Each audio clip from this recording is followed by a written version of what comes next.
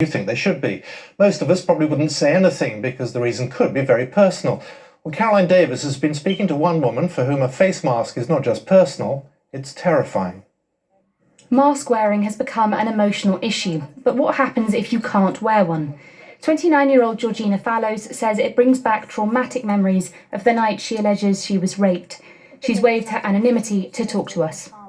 I was walking home late at night and was just pulled off the street, and to stop me from screaming he put his hand over my mouth. So putting on a face mask, for me, anything across my mouth, even if it was an oxygen mask, which has happened before, it brings back all those feelings and that anxiety, and at its absolute worst that can trip over into a full post-traumatic stress disorder flashback.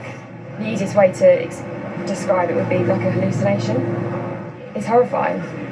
I will shout and scream and be rolling on the floor.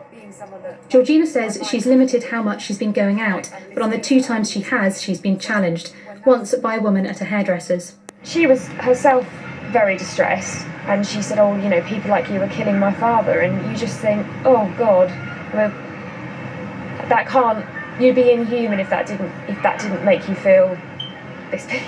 It's not my place to say, well, your anxiety doesn't matter. So if I could wear one, I would. Although she would welcome a way to prove that she's exempt, Georgina says she understands why some don't want to advertise it. I completely understand that there are many people, not just rape victims, but other people with disabilities that don't necessarily want to admit that they have this issue.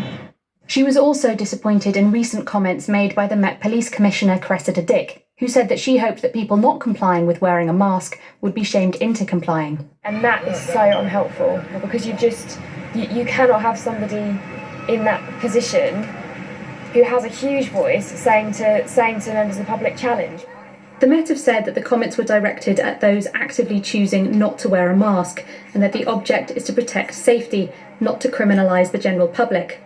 Georgina thinks that despite potential abuse, the public should give non-mask wearers the benefit of the doubt. If one more person thinks, oh, hang on a minute, I'm not going to challenge because I don't know what that person's been through, then that will be for the better.